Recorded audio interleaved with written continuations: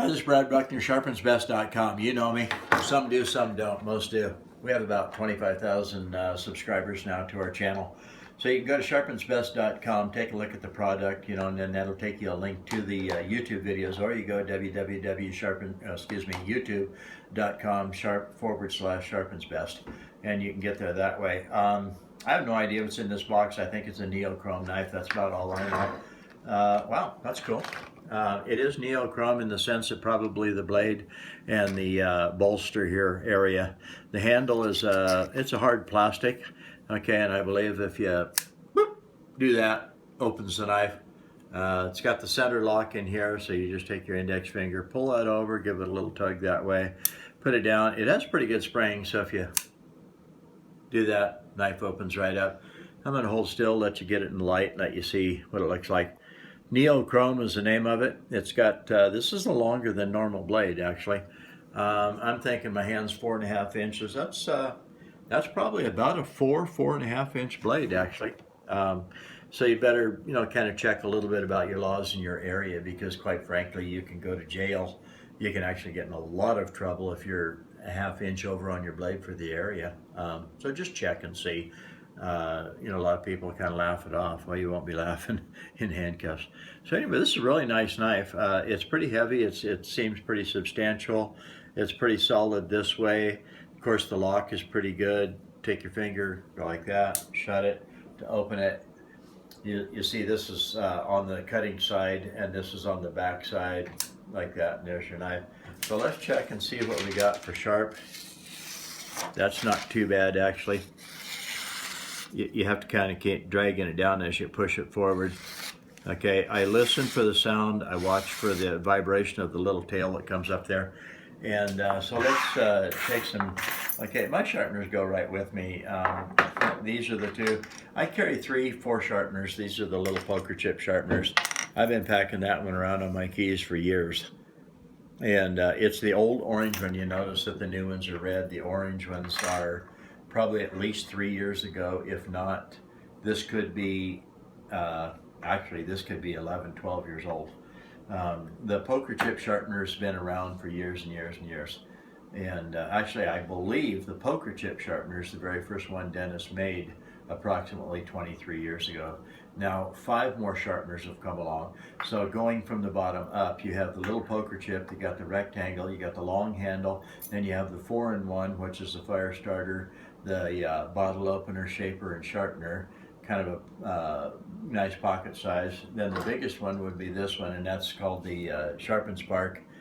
And it's got the reshaper for kitchen knives, it's got a sharpener, and then it's also got the fire starter, which is a ferrocerium rod. That's a combination of 6 rare earth metals. This is brand new, so I'm not going to scratch that one. But you scratch the coating off of it, and then the sparks live underneath the coating there. You screw it back together, give it a little tweak so it stays together good. So let's go ahead and sharpen this knife a little bit. It does feel kind of sharp, but let's see if I can make a noticeable difference in it. So what you're going to do is you're going to take this straight edge here, looking straight on like this. You have a square corner here and a square corner here, and it's flat in the center. It's tungsten carbide. It's not ceramic or some other type of material. Tungsten carbide, the hardest metal on earth. These corners being the hardest metal on earth, approximately, 2 to 5 times harder than the blade. You have a sharp corner 2 to 5 times harder than the blade. So what we're going to do is we're going to match the bevel, which on this knife is approximately 12 to 14 degrees, just like that. And then we're going to turn the sharpener a little bit so it looks like this. So match the bevel, turn it a little bit, and then you're going to slide it out the blade. Now I'm going to slide back from the table here just a little bit and begin to brush the blade like this. And I call it brushing because I'm not ripping at it, I'm not digging at it. I'm actually taking the sharpener, set it down on there, turn it, match the bevel like this. You can go like this on the tip. Don't push too hard, let it work, don't make it work. Make sure you're matching the bevel. Notice it's at an angle. It's not at right angle 90 degrees to the blade. It's angled like this. You can start back here. I don't use like full length down the blade like this strokes all the time. It's too slow. I can touch it 250, 300 times a minute like this. I'm going to slow down because people say it's just a blur. I don't understand. So just like this, if we stand it straight up, then we match the bevel like this. We let it turn a little bit like that, and we slide it down the blade. I don't really actually have a hold of the sharpener. I've got a hold of the keychain part. So if I move my fingers, you'll see that the black little plastic deal, the metal key ring, and then the keys. I actually take a hold of the keys with these fingers and just let it sit there like this. I don't really have a hold of the sharpener. That way the sharpener is kind of flexible. I call it sort of floating like that. And that way I really can't put much pressure on it. So we just do this. We're going to go right on out from the hilt towards the tip, from the hilt, the handle, towards the tip.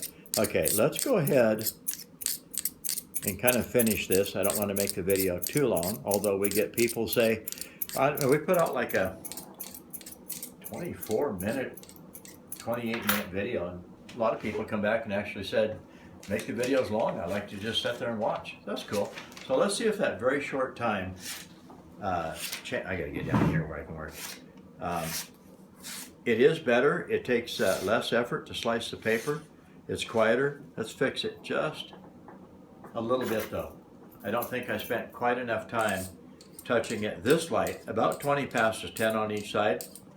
Really, really light. And what I'm doing now is just polishing the blade. I'm taking the wire edge off. There's a little tiny microscopic burr. Notice that the sharpener's just kind of sticking out there. I just touch. I want it to touch just as light as possible, just like that. And now let's see if there is evidence of it being better. Yeah, you gotta love it. It's not a real thin blade, it's kind of a thick blade. It's actually probably a pretty durable, tough blade. We just got these in, we're gonna sell them on the website. I'm not gonna give a price yet because we're gonna have to talk about them. They're actually a very nice knife. They're not like a cheap knife. They might be an inexpensive knife compared to $70, $80, $90, $100 knives. It's not, like I say, it's not a cheap knife. It's an inexpensive knife. Make a good pocket knife, good everyday carry, things like that. So you're gonna have to come to the website, take a look, and see what they cost. They're a neochrome, approximately 4-inch blade. This is Brad Buckner, sharpensbest.com. Take care and have a good day.